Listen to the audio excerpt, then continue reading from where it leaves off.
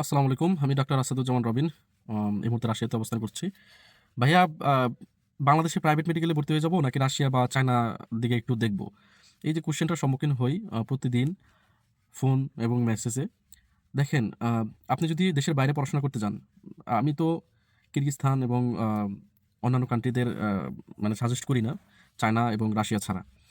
এখন ডিপেন্ড করে হচ্ছে কি যে আপনি কতটুকু হ্যাসেল নিতে পারবেন, আপনি কতটুকু ধৈর্য ধরে থাকতে পারবেন।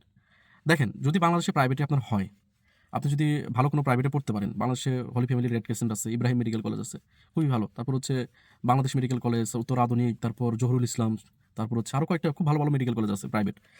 সেগুলোতে যদি হয়, আপনি যদি কোনো ধরনের হ্যাসেল না নিতে চান, যে আপনি চান যে না আমি ভালোভাবে পড়াশোনা করে ডক্টরি করে দেশে থেকে পড়াশোনা কমপ্লিট করব এবং তারপর হচ্ছে আমি আমার ক্যারিয়ার করবো আর কি, সেক্ষেত্রে আপনি বাংলাদেশে থেকে যেতে পারেন, বাংলাদেশে প্রাইভেটে আপনি ভর্তি হয়ে যেতে পারেন। এবং আপনি যদি এটা মনে করেন যে না, আমি একটু হ্যাসেল নেবো, আমি যেহেতু বাংলাদেশেও পড়াশোনা করতে 40 থেকে 50 লাখ টাকা লাগে, আমি তাহলে একটু দেশের বাইরে যেয়ে পড়াশোনা করে আসবো, নতুন দেশ এবং সেখানে একটু অভ্যস্ত হবো, যেহেতু আমার এমবিবিএস করার পরে দেশের বাইরেই সেটেল হওয়ার ইচ্ছা আছে। অনেকের বিভিন্ন ধরনের ইচ্ছা থাকে না? সেই ক্ষেত্রে আপনি কি করতে পারেন? আপনি হচ্ছে দেশের বাইরে চুজ করতে পারেন। চায়না অথবা রাশিয়া বা অন্যান্য কোনো কান্ট্রি যদি আপনার চয়েসে থাকে, আপনি সেগুলোতে যেতে পারেন। এটা একদিক থেকে আপনি নতুন কান্ট্রির সাথে অভ্যস্ত হবেন, একদিক থেকে আপনি হচ্ছে নতুন কারিকুলাম সম্পর্কে জানবেন, একদিক থেকে আপনি হচ্ছে বাইরে থাকার যে ব্রড মেন্টালিটি সেটা আপনার ভিতরে তৈরি হবে এবং পরবর্তীতে আপনি বাইরে সেটেল হওয়ার ক্ষেত্রে যেকোনো কান্ট্রিতে যাওয়ার ক্ষেত্রে কোনো ধরনের প্রবলেম ফেস করতে হবে না। এবং আপনি যদি খুব মনে করেন যে কোথায় শিখতে পারবো?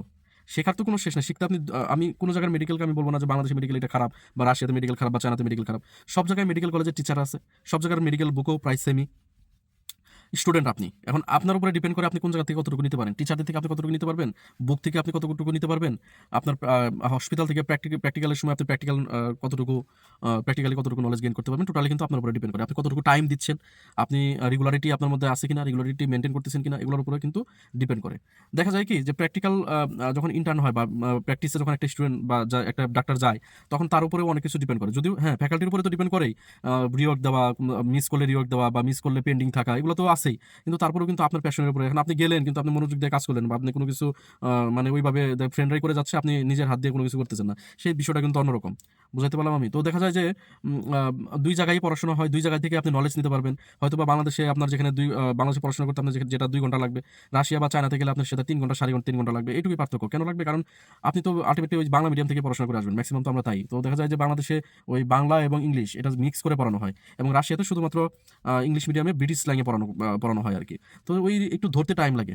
একটু অভ্যস্ত হইতে, ইউজড টু হইতে একটু টাইম লাগে। ২-৩ মাস, ৪ মাস, কারো ৫ মাস একটু টাইম লাগে। তারপরে থেকে কিন্তু আস্তে আস্তে ইউজড টু হয়ে যায়। এবং আমাদের ভিতরে না এই কনফিউশন গুলো অনেক বেশি থাকে। এই যে আমি ইন্ডিয়ান এতগুলা স্টুডেন্টের সাথে পড়াশোনা করতেছি, এদের মধ্যে কিন্তু এই ধরনের কনফিউশন থাকে না। তারপর হচ্ছে এই যে যারা আরাবিয়ান আসে, ইজিপশিয়ান আসে, এই যে এতগুলা কান্ট্রির প্রায় ২০টা কান্ট্রির স্টুডেন্ট কিন্তু এখানে পড়াশোনা করতে আসে। ইউক্রেনিয়ান আসে, অনেকজন আসে। এদের ভিতরে কিন্তু আমি এরকম কোনো কিছু দেখি না। এরা না সবকিছু একটা মানে স্টুডেন্ট লাইফ থেকে এই রেসপন্সিবিলিটি হিসেবে নেয়, যেটা আমার দায়িত্ব। পড়াশোনাটা করা, নলেজ গেইন করা হচ্ছে আমার দায়িত্ব। এখন কোথায় থাকলে আমার ভালো হবে, আমি ইউক্রেনে থাকলে ভালো হবে নাকি চায়নাতে থাকলে ভালো হবে না রাশিয়াতে দিকে থাকলে ভালো হবে, এরকম কিন্তু তারা দেখে না। তাদের কাজ হচ্ছে কি তাদের প্যাশনের জায়গাটা তারা দেখে। প্যাশন মানে হচ্ছে আমি এমবিবিএস পড়বো, আমি ডাক্তারি পড়বো। সেটা যে কোনো জায়গায় হোক, আমি সেখান থেকে আমি নলেজটা গেইন করবো। আপনি যদি বলেন যে নলেজ গেইন করার জন্য অ্যাডভান্টেজ কোথায় বেশি? অবশ্যই ফরেন কান্ট্রিতে বেশি। কারণ আপনাকে এখানে ইউনিভার্সিটি বুক দিয়ে দিচ্ছে। বাংলাদেশে কয়েকদিন আগে দেখলাম যে স্টুডেন্ট বই কিনতে পারতেছে না। তাদেরকে বইয়ের টাকা অনেক বেশি, মানে প্রাইসটা অনেক বেশি। এখানে ইউনিভার্সিটি আপনাকে বই দিয়ে দিচ্ছে। এখানে ইউনিভার্সিটি আপনাকে স্কেলেটন দিয়ে দিচ্ছে। এখানে ইউনিভার্সিটি আপনাকে হসপিটাল সুবিধা দিচ্ছে। এখানে ইউনিভার্সিটি আপনাকে মর্গ এভেইলেবল করে দিচ্ছে আপনার ইউনিভার্সিটির পাশেই। আপনি ইচ্ছা করলে আপনার টিচারের সাথে কন্ট্যাক্ট করে আপনি সেখানে যেয়ে প্র্যাকটিস করতে পারতেছেন। আপনি ইচ্ছা করলেই আপনার টিচারের সাথে কন্ট্যাক্ট করে আপনি হাসপাতালে যেয়ে প্র্যাকটিস করতে পারতেছেন। আপনার যখন সময় থাকবে। আপনি ইচ্ছা করলেই কিন্তু আপনি আপনার নলেজটা গেইন করতে পারতেছেন। তো এই দিক থেকে এখানে একটু সুবিধা। আবার আপনি যদি মনে করেন না, দেশটা আমার কাছে কমফোর্টেবল, আমি দেশেই পড়াশোনা করব, সেই ক্ষেত্রে আপনার জন্য দেশটাই যদি কমফোর্টেবল হয়, তাহলে দেশেই আপনি পড়াশোনা করবেন। এবং আপনি যদি একটু যেমন আপনার বাংলাদেশে তো ওই যে প্রপগুলা হয়, এখানে আমাদের এই যে কন্ট্রোল পয়েন্টগুলো হয়, এগুলো ওই যে আ আপনাদের ইয়ার মতো আরকি, কার্ড আইটেম পরীক্ষার মতো আরকি, এখানেও হয়।